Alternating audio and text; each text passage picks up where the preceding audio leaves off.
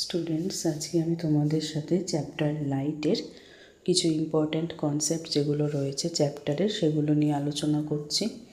ঠিক আছে, তো প্রথমত হচ্ছে যে এই চ্যাপ্টারটাতে বইটাতে কিন্তু ভালো করে ডেফিনেশনগুলো দেওয়া নেই, তাই জন্য আমি এখানে আলাদাভাবে এই যে পিডিএফ করা রয়েছে সেখান থেকে আমি বলে দিচ্ছি। তো তাই জন্য সবাই একটু ভালো করে মন দিয়ে দেখো, আর তোমরা যদি চাও এখান থেকে তোমরা লিখতে পারো, তাহলেও কিন্তু তোমাদের ভালো হবে, মানে যদি ভালো করে বুঝতে পারো। তো দেখো, ফার্স্ট কনসেপ্ট যেটা তোমাদের জানতে হবে, যেটা বইতেও রয়েছে, তোমাদের প্রথম কনসেপ্ট কি রয়েছে, রিয়েল ইমেজ আর ভার্চুয়াল ইমেজ। তো দেখো, প্রথমত আমরা পড়বো রিয়েল ইমেজ কি। তো ওয়ার্ডটা শুনেই বুঝতে পারছো রিয়েল মানে হচ্ছে যেটা আসল।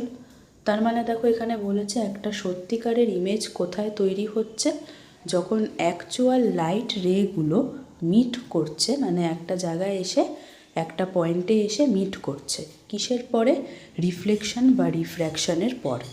দেখো এই যে the reflected rays actually meet at a ড্যাশে মিট করছে। আর ইমেজটা যেটা ফর্ম হয়েছে অর্থাৎ A', B', এটা কিন্তু রিয়েল ইমেজ। ইনভার্টেড মানে দেখো উল্টো করা, and can be obtained on a screen, আর স্ক্রিনে এটা আমরা দেখতে পাবো। ঠিক আছে, তো দেখো এই পয়েন্টগুলো একটু খেয়াল রাখতে হবে। The light rays actually meet at a point. ঠিক আছে, তার মানে এই লাইট রেগুলো অ্যাকচুয়ালি একটা পয়েন্টে এসে মিট করছে, স্ক্রিনে অবটেন করা যাবে। আর সাধারণত ইনভার্টেড মানে উল্টো হয়। আর এটার এক্সাম্পল খেয়াল রাখবে যে সিনেমা স্ক্রিনে হয় যে ইমেজটা, সেটাই হচ্ছে রিয়েল ইমেজ। আর কোন টাইপ অফ মিরারে হয়, কনকেভ মিরার। কনকেভ মিরার মানে ভেতরের দিকটা দেখো এই যে এরকম যে শেপটা দেখতে পাচ্ছ সেটা। নেক্সট এবার আসছে ভার্চুয়াল ইমেজ। তাহলে এবার ভার্চুয়াল ইমেজ মানে কি, ঠিক রিয়েলের উল্টোটা হবে। মানে যখন light rays do not actually meet, মানে আসলে মিট করে না, কিন্তু মনে হয় appear to come from a point, একটা পয়েন্ট থেকে মনে হচ্ছে যেন আসছে, ওয়েন এক্সটেন্ডেড ব্যাকওয়ার্ড, মানে যখন পেছনের দিকে সেটাকে টানা হবে লাইনটাকে। তো দেখো বলেছে the light rays do not actually meet, actually light রেগুলো কিন্তু মিট হচ্ছে না, sorry, it cannot be obtained on a screen, তাহলে স্ক্রিনের মধ্যে কিন্তু আমরা সেটা অবটেন করতে পারছি না। ইট ইজ জেনারেলি আপরাইট, তাহলে এটা কিন্তু কীরকম হচ্ছে, আপরাইট মানে সোজা হচ্ছে। আগেরটা আমরা পড়লাম ইনভার্টেড ছিল রিয়েল ইমেজে, আর এটা হচ্ছে আপরাইট, সোজাসুজি। তো এক্সাম্পলটা দেখো এটা কোথায় হচ্ছে না, প্লেন মিরারে। ঠিক আছে, তো দেখো প্লেন মিরার মানে MN, যেটা মিরারটা plane mirror. The reflected rays do not meet, তাহলে এখানে আমরা কি পড়ছি না, রিফ্লেক্ট করে যাওয়া রেগুলো অ্যাকচুয়ালি মিট করে না, কিন্তু যখন পেছনের দিকে এক্সটেন্ড করানো হয় তখন মনে হবে যেন A' পয়েন্ট থেকে আসছে। তাহলে ইমেজ A', B'টা কীরকম image, virtual image, upright image, আর cannot be obtained on a screen. তাহলে এখান থেকে আমরা মোদ্দা কথা এই ডিফারেন্সটা পেয়ে গেলাম। এটা ভালো করে পড়বে, তাহলে তোমাদের লিখতে কিন্তু সুবিধা হবে। যদি ডিফারেন্সটা আসে রিয়েল ইমেজ আর ভার্চুয়াল ইমেজের কী ডিফারেন্স, তাহলে তোমরা এখান থেকে লিখতে পারো। এবার আসছে আমাদের নেক্সট টপিক, দুটো laws of refraction of light. তোমাদের বইতেও এটাই কিন্তু সেকেন্ড টপিক রয়েছে। তো দেখো ফার্স্ট ল কি বলেছে না, যেটা তোমরা অলরেডি অনেকবার ছোটোবেলা থেকে পড়ে এসছো, যে কি না, ইনসিডেন্ট রে, রিফ্র্যাক্টেড রে আর normal at the point of incidence all lie in the same plane. তাই তো, এই যে দেখো ইনসিডেন্ট রে যেটা AO, নর্মাল NN', আর রিফ্র্যাক্টেড রে কোনটা OB, এগুলো সব দেখো একটা সেম প্লেনের উপর লাই করছে, মানে coplanar, that is they lie on the same flat surface. এই ছবিটা কিন্তু খুবই ইম্পর্ট্যান্ট, এইটা অবশ্যই একে এক্সপ্লেন করলে নাম্বারটা অনেক ভালো পাবে। তো দেখো আমরা জানি যে যখনই এয়ার থেকে গ্লাসে যাচ্ছে একটা লাইট, মানে রিফ্র্যাকশন হচ্ছে, যেহেতু দুটো আলাদা মিডিয়া, আর এটা কোনটার থেকে কোথায় যাচ্ছে না, রেয়ারার থেকে ডেন্সার। কেন রেয়ারার মানে হচ্ছে যেটা মানে ঘন বেশি নয়, যেটা হচ্ছে হাওয়া, আর গ্লাস হচ্ছে বেশি ঘন, ডেন্সার মিডিয়াম। তাহলে আমরা জানি যে যখনই লাইট রে পাস করে একটা রেয়ারার থেকে ডেন্সার মিডিয়ামে, তখন কি হয় না ওই লাইট রেটা টুয়ার্ডস দ্য নর্মাল চলে যায়। তাই জন্য দেখো টুয়ার্ডস দ্য নর্মাল যাচ্ছে, ও এন ড্যাশের দিকে বেশি হেলে যাচ্ছে, ও বিটা রিফ্র্যাক্টেড রেটা। ঠিক আছে, তাহলে আশা করি এটা বুঝতে পারলে ফার্স্ট লটা ক্লিয়ার হলো। নেক্সট আসছে সেকেন্ড ল, অর্থাৎ স্নেলস ল। এটার আরেকটা নাম হচ্ছে স্নেলস ল। তো দেখো কি বলেছে, একটা পেয়ার অফ মিডিয়া মানে এয়ার, গ্লাস বা অন্য যে কোনো হতে পারে, ফর আ গিভেন লাইট একটা হতে হবে। কি হয় না sine of the angle of incidence to the sine of the angle of refraction হচ্ছে কনস্ট্যান্ট। এবার তোমাদের মাথায় প্রশ্ন আসবে যে সাইনটা কি না, সাইনটা হচ্ছে গিয়ে ট্রিগোনোমেট্রির টার্ম। মানে তোমরা যখন একটা রাইট অ্যাঙ্গেল ট্রাইঙ্গেল আঁকো, তখন তোমাদের এই বেস, হাইপোটেনিউস, হাইট এইগুলো ইউজ করে যখন আমরা বার করব কোনো কিছু, তখনই সেটাকে কি বলা হয় না সাইন, কস, ট্যান, এগুলো তোমরা ট্রিগোনোমেট্রিতে পরবর্তী সময় পড়বে। ঠিক আছে, তো কাজেই এখন এটা অতটা বুঝতে পারবে না, এখন অন্তত শুধুমাত্র ফর্মুলাটাই খেয়াল রাখো।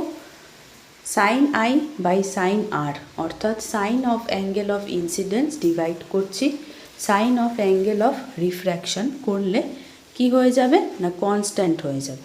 ঠিক আছে, তো দেখো এই যে আমরা দুটো ল পড়লাম, এইটা বলেছে সব সময় সত্যি হয় রিফ্র্যাকশন অফ লাইট। ঠিক আছে, মানে এই দুটো ল সবসময় কিন্তু ফলো হয়। এইটাও কিন্তু খুব ইম্পর্টেন্ট কোয়েশ্চেন, তোমাদের আসে সচরাচর, তাই এটাও ভালো করে পড়বে। নেক্সট টপিক আসছে অ্যাবসোলিউট রিফ্র্যাক্টিভ ইন্ডেক্স। তাহলে দেখো এবার কি বলেছে, অ্যাবসোলিউট রিফ্র্যাক্টিভ ইন্ডেক্স মানে দ্য অ্যাবসোলিউট রিফ্র্যাক্টিভ ইন্ডেক্স, যেটাকে এন দিয়ে আমরা ডিনোট করি, স্মল এন দিয়ে, of a medium is defined as the ratio মানে আমরা জানি যে কোনো কিছু ডিভাইড বাই আরেকটা কিছু নাম্বার, মানে নিউমারেটর বাই ডিনোমিনেটর, এরকম টার্মসে আমরা যখন লিখি কোনো কিছুকে, সেটাকে আমরা বলি ratio. Of the speed of light in vacuum, যেটাকে আমরা স্মল সি দিয়ে ডিনোট করি, divided by speed of light সেই মিডিয়ামে কতটুকু। মানে ধরো speed of light in vacuum যেটা আমরা জানি 3 × 10⁸ মিটার পার সেকেন্ড, ডিভাইড করব ধরো speed of light in medium, সেটা এয়ার হতে পারে, গ্লাস হতে পারে, ওয়াটার হতে পারে, অনেক কিছু হতে পারে।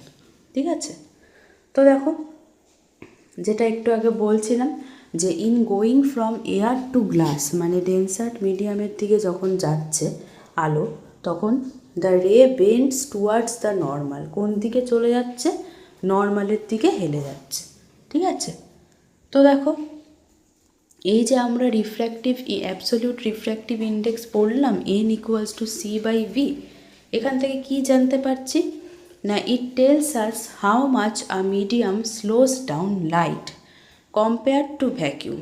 মানে ভ্যাকিউমে তো অনেক তাড়াতাড়ি যায় আলোটা, তাহলে একটা মিডিয়াম দিয়ে যখন আলো যাচ্ছে তখন কতটা স্লো গতিতে যাবে, এটাই আমরা বুঝতে পারি অ্যাবসোলিউট রিফ্র্যাক্টিভ ইন্ডেক্স থেকে। ঠিক আছে, তো দেখো এক্সাম্পলটা ক্লিয়ার হবে আরও ভালো করে। If the speed of light in glass হচ্ছে 2 × 10⁸ মিটার পার সেকেন্ড, বার করতে বলেছে অ্যাবসোলিউট রিফ্র্যাক্টিভ ইন্ডেক্স। তো দেখো সলিউশনটা কীরকম দিয়েছে, ছোট n = ছোট c বাই ছোট v = করে অ্যান্সারটা বের হয়েছে কত, 10⁸ 10⁸ কেটে যাচ্ছে, আর 3/2 কত হয় 1.5। তাহলে অ্যাবসোলিউট রিফ্র্যাক্টিভ ইন্ডেক্স আমরা কত পেলাম গ্লাসের 1.5। ঠিক আছে, তো দেখো পাশে যে চার্টটা দেওয়া রয়েছে কিছু কমন ট্রান্সপারেন্ট মিডিয়ার, এয়ারের দেখো 3 × 10⁸, ওয়াটারের একটু কমে যাচ্ছে, গ্লাসে আরও কমে যাচ্ছে যেহেতু আরও বেশি ডেন্স, আবার আইসের বাড়ছে, আর ডায়মন্ডে দেখো অনেক কম। ঠিক আছে, তো দেখো যত স্পিড অফ লাইট ইন মিডিয়ামটা কমছে, ঠিক আছে, মানে কি ডিনোমিনেটরটা কমছে, তো ডিনোমিনেটরটা কমলে যেটা n এর ভ্যালু সেটা বেড়ে যাবে, তাই তো। মানে দেখো আজকে 2/1 কত হয়, 2 হয় ভ্যালুটা, আবার 2 বাই নিচটা যখন বাড়াচ্ছি 2 করে দিচ্ছি। 2/2 কত হয়ে যাচ্ছে? 1। তার মানে নিচেরটা যখন বাড়াবো অর্থাৎ ডিনোমিনেটর বাড়ালে আমাদের ভ্যালুটা কমে যাবে, ঠিক আছে? তো সেটার জন্যই দেখো যখন নিচের ভ্যালু মানে ভি এর ভ্যালুটা যেটা কমে যাচ্ছে তখন অ্যাবসলিউট রিফ্র্যাক্টিভ ইন্ডেক্স এন এর ভ্যালুটা বেড়ে যাচ্ছে। তো আমরা জানি আরেকটা পয়েন্ট কি মনে রাখতে হবে, যে হাইয়ার দ্য রিফ্র্যাক্টিভ ইন্ডেক্স মানে যত ছোট এন বড় হবে তত কম হবে সেই মিডিয়ামের স্পিড অফ লাইটটা, ঠিক আছে? তাহলে আশা করি এটাও ক্লিয়ার হলো তোমাদের। নেক্সট ডে থেকে আমি এখানে পড়াবো তোমাদের topic critical angle, total internal reflection, আর এই যে তোমাদের বইতে 4টে কনসেপ্ট রয়েছে এক্সাম্পল সমেত, যে কেন এগুলো হচ্ছে এগুলো একটা একটা করে বুঝিয়ে দেব। আশা করি আজকে আমি যতটুকু বোঝালাম এতটুকু তোমাদের ক্লিয়ার হয়েছে। যদি একটু হলেও বুঝে থাকো, ভালো লেগে থাকে আমার এই শর্টে যেটা নিয়ে এসেছি তোমাদের কাছে, কারণ তোমাদের বইতে তো ভালো করে এক্সপ্লেন করা নেই, তাই জন্য। তো তোমাদের যদি হেল্প হয়ে থাকে একটা লাইক করো, বন্ধুদের সাথে শেয়ার করো, আর যারা নতুন আমার চ্যানেলটাতে প্লিজ আমার চ্যানেলটা সাবস্ক্রাইব করে দিও, কারণ আজকে তোমরা যদি আমাকে সাপোর্টটা না দেখাও আমিও কিন্তু এই ভিডিওগুলো বানানোর আগ্রহটা ঠিক পাবো না। আজকে আমি অনেক দিন পরে ভিডিওটা বানালাম আবার, আমি জানি, কারণ মাঝখানে অনেকই প্রবলেম হচ্ছিল আমার পার্সোনাল লাইফে প্লাস শরীর, ঠিক আছে? সবসময় তো সব কিছু ঠিকঠাক হয় না, কাজেই আমি একদমই করতে পারিনি ভিডিওগুলো। আবার আমি চেষ্টা করছি আস্তে আস্তে সব ঠিকঠাক করে ধীরে সুস্থে করার। তো সবাই মন দিয়ে পড়ো ভালো করে, ঠিক আছে? আবার নেক্সট ভিডিওতে তোমাদের সাথে ডিসকাস করব পরের টপিকগুলো।